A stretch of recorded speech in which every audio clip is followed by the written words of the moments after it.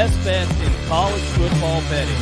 And now your hosts, Marcus and Mason.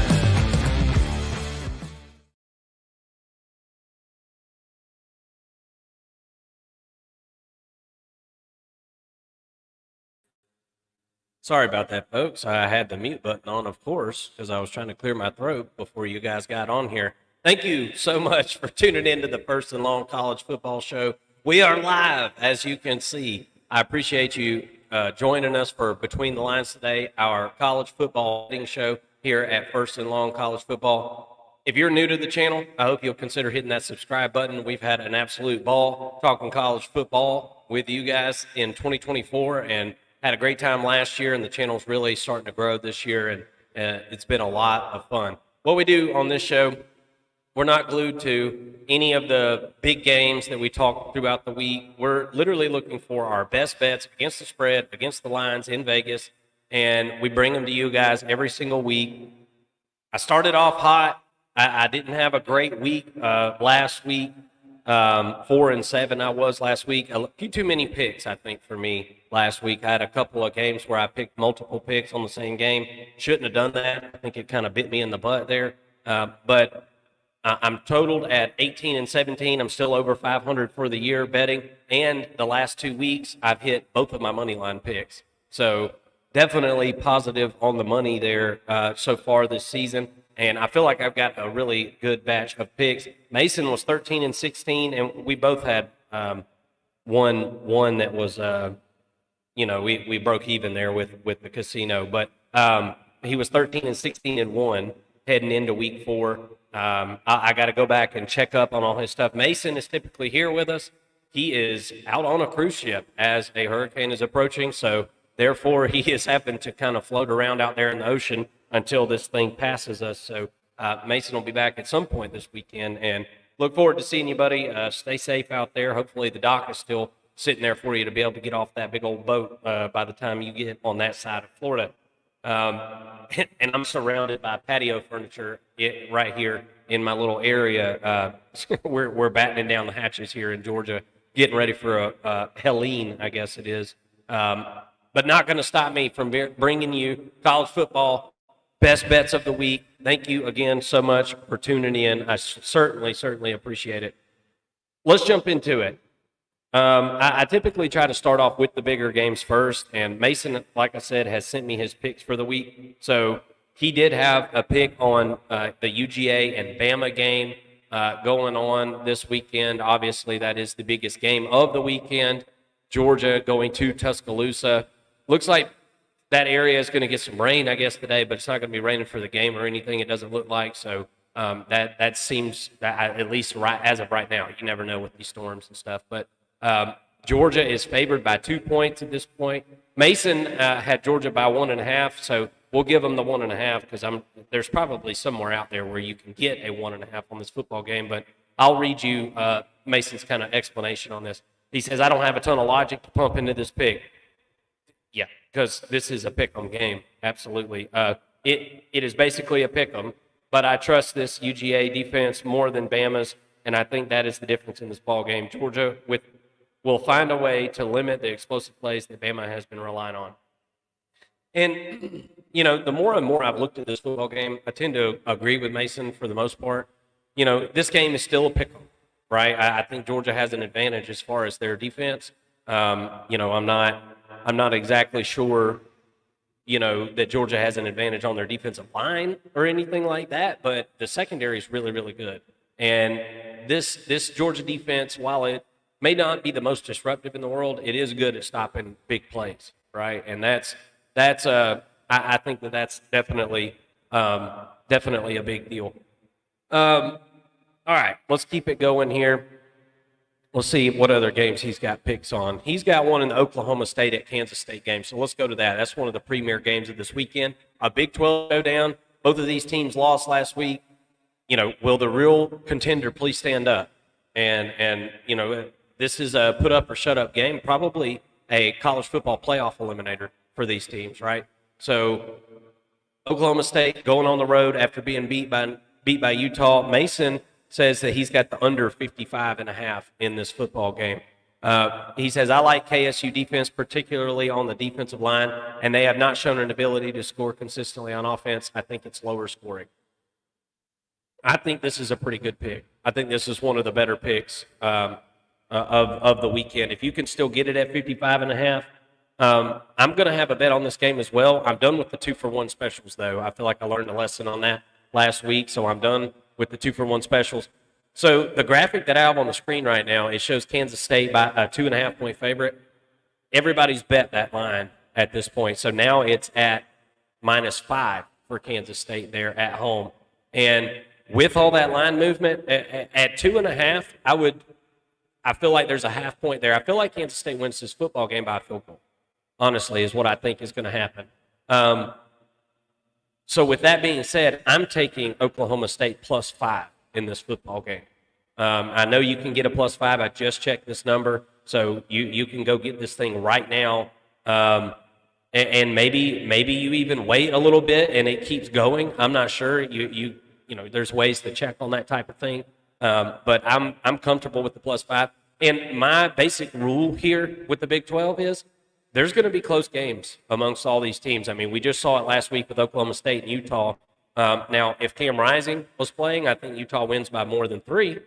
Personally, I think they win by more than, like a touchdown or 10 points or something like that. If Oklahoma State plays as bad as they did that day, there's no telling, maybe by 17. Excuse me. So with that being said, I'm on Oklahoma State +5 in this one. Let's see what other big games he's got on here. Arizona at Utah. We'll go to that one because the rest of these are they're not like premier games, which this weekend is a real college football fans' paradise. Like there's not all the big matchups. Of course, we've got Georgia-Bama, and that is a huge one. You see behind me, I've got famous Georgia Bulldogs autographs on the wall behind me, so obviously it's a big game for me. But there's a lot of like games that you wouldn't think of being that big of a deal, but if you're paying attention to these conferences and some of the teams that you feel like might be a contender in these conferences, man, these things are super interesting for sure. So let's talk about Arizona going on the road to Utah, because this is a game that Mason and I both have bets on. And Mason wrote on his email here, he's emailing me from the cruise ship. He can't, I'm sure he can't get any phone calls out or anything anyway, but he says Utah is a wagon in the Big 12. That is all. That was his explanation for this one. He's taking Utah -11. I just saw it before we started the show at -8.5. So, I mean, Mason, I got you at 8.5 there, buddy. I saved you, several points there, 3 points, whatever. I'm on the same thing. Utah -8.5. Look, I already went through the whole high on Arizona thing, and then I've already rode the backside of that hill. There's not a ton to get super excited about. And let me tell you something. Arizona's offensive line is going to be struggling against Utah this week. It is going to be a massive struggle. They are not very good. Noah Fafita is not particularly good at getting through his progressions anyway. When there's pressure on him, he's even worse. He's going to zone in on T-Mac. We already know that. I mean, it's every single play goes to Tetaroa McMillan first. That's the first thought, the initial. I mean, and he's that good. I understand why they do it. I mean, Tetaroa McMillan, if you don't know, the wide receiver for Arizona, he's a real deal. He's an NFL wide receiver through and through. There's no doubt about it. We'll see him doing really good things on Sundays, and he's going to make a lot of money in the NFL. So whenever he has one of those days where you can't, you just can't hardly do nothing, it is what it is. But I haven't seen enough from Arizona to think that they're going to be able to hang with Utah on this one. I understand that Cam Rising is probably not going to play. I don't bet on Cam Rising playing or not playing anymore. I don't, but I feel like whether it's Isaac Wilson or especially if it's Cam Rising, I think Utah is able to cover this one, and Mason feels like it too. And I guess with us being exactly on the same one with that, that's got to be your lock of the week right there. So we'll just go ahead and throw that down as lock of the week. We're in unison on that one. I need some kind of theme music to play with that. All right, I'll give you one of mine. Mason is not on this one, and I think this is a really good pick. Ohio State at Michigan State. I think a lot of people are scared to take Michigan State in this football game, and I totally understand the hesitancy. But first of all, scare money don't make money. All right, so we're betting on college football here. I'm not saying bet your mortgage on it, but Michigan State is a feisty defense. Jonathan Smith is one hell of a football coach. Look at what Oregon State is after he's left and what he was able to do while he was there with DJU. Look at what he did with DJU, y'all. I mean, it really is very incredible. Look at how Florida State is struggling, with him. Clemson struggled with him. Jonathan Smith is a real coach, and it's going to take a couple of years to really get things, going.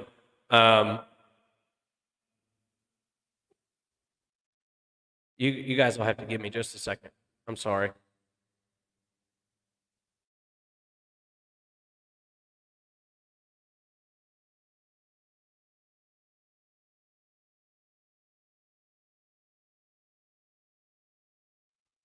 I'm sorry. That was a unique situation. I was getting a phone call from somebody in jail that obviously had the wrong number because you can't make this stuff up. I've been live. I've been live here today, and I've messed up a couple of times, but I'm thinking, who's calling me from jail? That was obviously the wrong number. I am so sorry. I like Michigan State in this one, plus 23.5. I think they're a solid enough football team. This Ohio State team hasn't played anybody. They haven't even played a Power 4 opponent. Okay? So I got to see it with this offense. I think Ohio State would be more than happy to run the football in this game and that be what they do this weekend. Run the football, win this game, 42-21. I could absolutely see that being the case, or maybe even like 35-7. Or 35-14. I mean, I could see this one, being a lower scoring than what everybody thinks type of game. Ohio State has Chip Kelly as their offensive coordinator, guys. He loves to run the football, and they've got some unbelievable running backs. And I think Michigan State is equipped to handle it at least enough to get into the third or fourth quarter. Maybe it's a backdoor cover. I'm not sure. We'll just kind of have to see on that one. That's not my most confident pick, but I'm on Michigan State there, and I'm thinking that they've got a program that's headed in the right direction. All right, let's give you one of Mason's picks here, and he's got a pick in the Arkansas at Texas A&M game, and so do I. Arkansas and Texas A&M playing in a neutral site stadium there. It'll be at Jerry World where the Dallas Cowboys play. Texas A&M is a 6-point favorite as this game gets started here. Arkansas and Texas A&M is a 52.5 over-under on that one. Mason has got the under 52.5. So both offenses have struggled at times this season. Couple that with Texas A&M's decent defense, I think this will be lower scoring, and I think that's pretty logical. Now,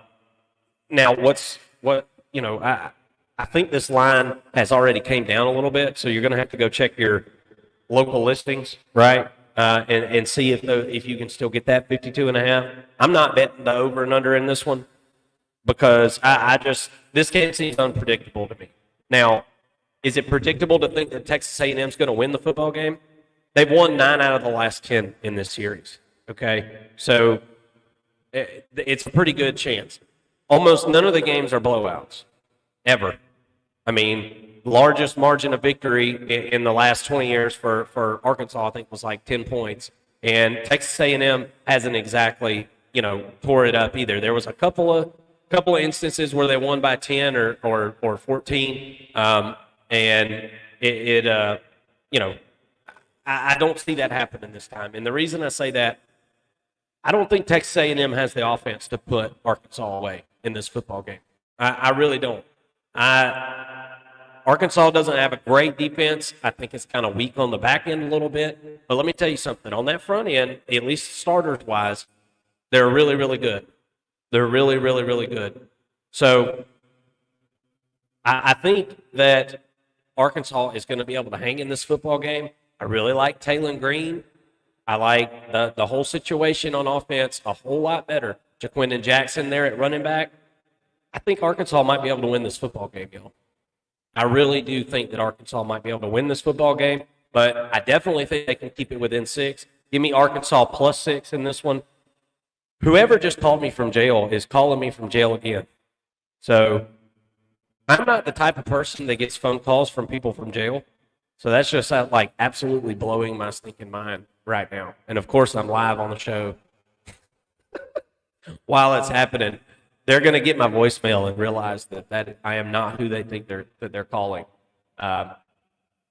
Wow. You just never know here on the First and Long College Football Show what's going to happen while you're live. Speaking of that, guys, hey, if you want to come join the show and you want to tell me what your picks are for the weekend, come on. There's a link in the description of the video. You can click on it, turn your camera off. We're not going to put your camera on the show. We'll just put your audio through. Tell me your best bets. Tell everybody your best bets. I'd love to hear it. You can put it in the live chat. I'll read it, whenever I see the little icon go off over there. And I'd be more than happy to read it on the show. I love talking with you guys, and I appreciate you guys watching. If you could, hit the like button for me. That would be really great. Show Mason that I'm doing my very best while he's gone on this vacation. I feel like I've covered it up well, but things have just not went that well this week, like technology-wise, and holy cow, it's just been it's been a bit of a whirlwind this week. Miss you, Mason. Come on back. Come on back. All right, Oklahoma at Auburn. This is one that I'm really interested in as well for several different reasons. First of all, we just saw Oklahoma against Tennessee, and I think everybody thought, not here on the First and Long College Football Show, mind you, but I think everybody thought that Tennessee was going to blow Oklahoma out. And look, it was really, really bad for Oklahoma offensively in that football game. And credit Tennessee, they were, obviously largely a part of that. That Tennessee defense is the strength of Tennessee right now, right? But now we've got all kinds of questions on this Oklahoma offense with Jackson Arnold, and the new guy that comes in, the freshman. He runs the ball well, ends up scoring some points at the end of that football game, and really was the only sign of life on the offense for Oklahoma. I don't think any of these issues are just fixed overnight for Oklahoma. It is kind of my point. It's a mess. It's a little bit of a mess offensively. But one thing that we learned about Oklahoma that was good in that Tennessee game is Oklahoma's got a good defense. We thought they did anyway. We had a pretty good feeling that this was the best defense Oklahoma's had in a while. And it is. It is. And we saw it in that football game, right? Especially against the run and getting after the quarterback. I was just really, really impressed with that Oklahoma defense. And Auburn will be hosting Oklahoma in this situation. This is Oklahoma's very first road game, SEC road game, okay? And I think there's a lot that goes into that as well. Auburn hasn't been particularly, I don't think, a very tough place to play this year, and I don't think it has to do with the fans. I think it has to do with the fact that Auburn's not that great this year. But if you go back, Auburn hasn't given up like a ton of yards, a ton of points, and things like that. The defense has been somewhat serviceable. The offense just hasn't been able to put anything together worth a damn. Hence the fact that, Auburn puts in old Hank Hill or whatever his name is, old Hank Brown. I heard somebody refer to him on YouTube as an NPC, and if you don't know what that is, it's a non-player character in a video game. That's kind of what Hank Brown is right now. He's a young guy, so I don't know that he won't be a good quarterback or he will. I have no idea at this point. I don't think anybody does. But right now, he's so young and so raw that, and he's on not a great football team at this point offensively. So it's just hard to tell. It's just hard to tell right now. And that just kind of brings me to my point and Mason's point as well, betting on this football game. We're going under. This line is set really low. It's already set at 45. I don't care. I'm going under. This has got 20-17 football game written all over it. And the only way that doesn't happen is if there's a lot of interceptions thrown, and they're returned for touchdowns or special teams touchdowns. That's what would mess this game up as far as hitting the under, I think. I think this is a really good pick. I think this is another lock of the week for us. Me and Mason are both in agreement on it. And I feel really, really good about that one. What I'm gonna have to. We do money line picks every week. One mandatory money line pick plus money. We'll do that at the end of the show here. I got to pull Mason's up. All right, let me see whichever other ones I got. All right, I got a couple more. I got one or two more than Mason. So let me rattle off a couple of them. And y'all do what you want with these, okay? Rutgers, -2, hosting Washington. Okay, so Rutgers at home against Washington. Washington, no good. The Huskies, no good, okay? They're really, really, really bad right now. And Rutgers are a solid-ass football team. And not only are they solid in ways of just like they're pretty decent at everything, not like real bad at anything, they're good on the lines of scrimmage. Graciano is made for Rutgers. That is the job that he's made for. Rutgers is going to beat them by at least 7, I think, in this football game, right? As Washington goes on the road as a Big Ten conference member, I think it's going to be kind of a rough welcome there, as you think you're about to go play one of the worst teams in the Big Ten, and then you realize that, oh, wait a second, this is the Big Ten's Kentucky, right? Or the Big Ten's South Carolina. Like, yeah, they're not great in the SEC, right? Or the Rutgers, they're not great in the Big Ten, but it doesn't mean they're not, at least a middle of America or better football team. And I think Rutgers is that. So give me Rutgers -2, hosting Washington. And here's another one for you that maybe people are talking about, maybe they're not. I know a couple people that are. Indiana is a wagon. Indiana might actually be like the 4th best team in the Big Ten this year. I mean, it's certainly possible. Go look at their scores, and you'll see what I'm talking about. This team puts up points. They don't just beat people. They beat the hell out of people. Indiana, -7. They'll be hosting Maryland, so you got the home favorite there. Give me Indiana. I think they can beat Maryland by 14. I think at least by 10, but I'm thinking 14 on that one. So give me Indiana. Take that one for what you will. Go look at, they're really, really good against the spread this season. And I think it's a pretty safe bet. One of my favorite bets of the week. All right, and then let's get you one of Mason's here. So Mason has got Virginia Tech at Miami. Miami is a 19.5-point favorite in this one. And that's what Mason is going to take Miami to cover. He says Miami is a wagon right now. Connor Wagon.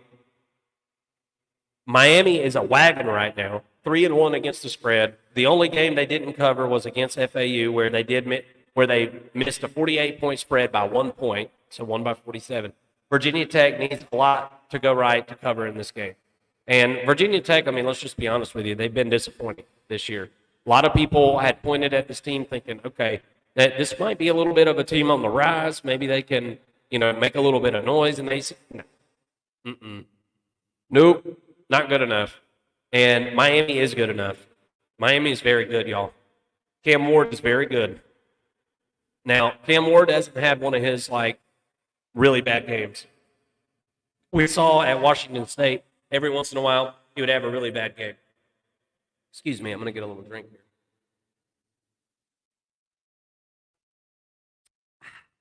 That's right. This is my favorite show, guys. Nobody's watching. I don't give a damn. Do not care. This is my favorite show of the week. Take it or leave it. I feel good about these bets this week, too, y'all. All right, let me give you my last one before I get the money line pick. And I think that's all for Mason. Yep. That's all for Mason. He didn't have a ton of picks here. I had more than he did. I tried to go light, and I still had a bunch. Florida State at SMU. Guys, SMU is a team that is so desperate for a moment like this that they joined the ACC without even making any TV money for multiple years, just for letting them join the ACC. So the ACC is getting this TV rights and the TV contracts or whatever from ESPN, getting the money, and they ain't having to pay a darn dime to SMU. There is a serious investment amongst SMU people there in Dallas-Fort Worth area. And let me tell you something. If this game is won by SMU and they beat Florida State here at home, there's going to be a whole lot more money invested into SMU. There's a lot of people waiting in the wings to see this program back in power. And if you don't know, if you go way back into the annals of time, right? Go back to the 80s, 90s, early 90s, I guess it was 80s. SMU was blatantly cheating, right? They were very good at football, blatantly cheating, got the death sentence, killed the program, and it's literally taken till this point to get it back to, prestige, 5-star prestige, or I guess ACC's like 3 or 4-star. I don't know what they are. You give them the stars. But SMU has got everything to prove in this football game. All the money in the world to be had from this football game. NIL deals to be had from this football game. This is a huge deal. Florida State ain't doing nothing this year. They're not going to no ACC title. At this point, they're not going to a bowl game. So there's nothing to play for Florida State. There's really not. And you got a whole bunch of transfer players that could give two rats' asses about Florida State. Excuse my French. But those players couldn't give a darn about Florida State. They don't know anything about the legacy of that program. And that's the path that Florida State has taken, and that's the path that Mike Norvell has taken. And I'm getting off track here, but SMU has got every reason in the world to whoop Florida State this weekend at home. It's a 5.5-point spread. Give me SMU minus 5.5. I think they can definitely win this thing by a touchdown. Why in the world couldn't they? Cal beat Florida State, okay? Or excuse me, not Cal. Cal beat Auburn. Florida State was beat by Georgia Tech, guys. I mean, give me a break. Give me a break. SMU can certainly win this football game. All right, let's get to the money line picks here. Let me find Mason's other message. There he is. Oh, we've got the same money line pick. Let's go. Let's make it nice and easy. There's a game going on at South Bend. Touchdown Jesus will be in attendance. Louisville headed to Notre Dame. Notre Dame is a run-heavy offense, the likes, I mean, we haven't really seen. I mean, I guess we have seen it because that's pretty much what they've been. But we saw this wide receiver room revamped in the offseason for the Fighting Irish. And we haven't got to see anything from them.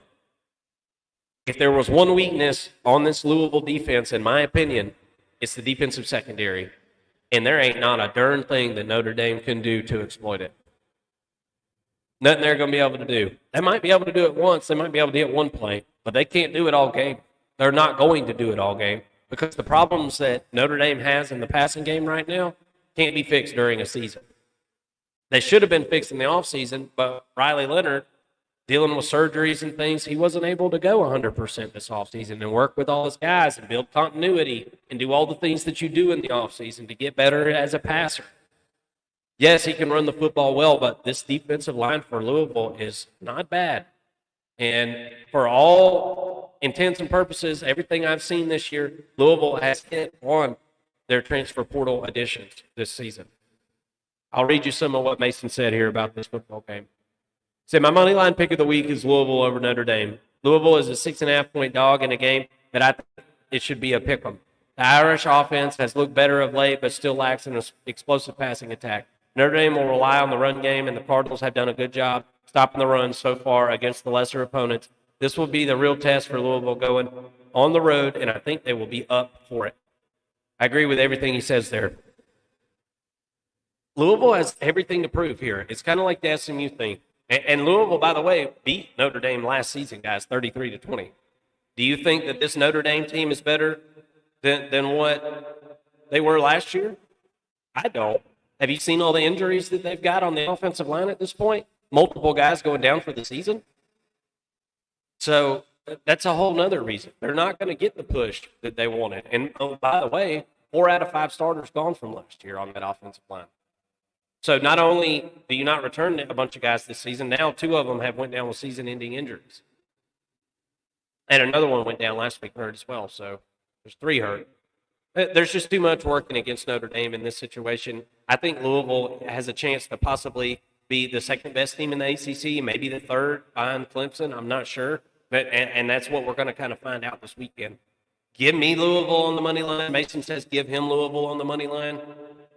I think that's a really, really good one, guys. I think I've got another. That will be the third week in a row I've hit my money line pick and won some money. That one's set right now at plus 220. So go make you some money. Guys, I really do appreciate you tuning in to the First and Long College Football Show. If you missed some of our picks, you just tuned in or something at the end here, go back and start at the beginning. We got some good picks. You pick which ones you like the best. Go with your gut and don't, these are my leans, so you go with your leans. Thank you so much for watching Between the Lines, brought to you by First and Long College Football Show. I'm Marcus signing out, and we'll see you Saturday night after the games. We'll be coming on usually about 11 o'clock, 11:30. It's late. We're full of beer and food, and we're going to be here to talk about what we just saw in college football. We'll be reacting to the Georgia-Alabama game, all those awesome games. Thank you so much for tuning in, everybody. Have a great night. Good luck at the betting window this weekend.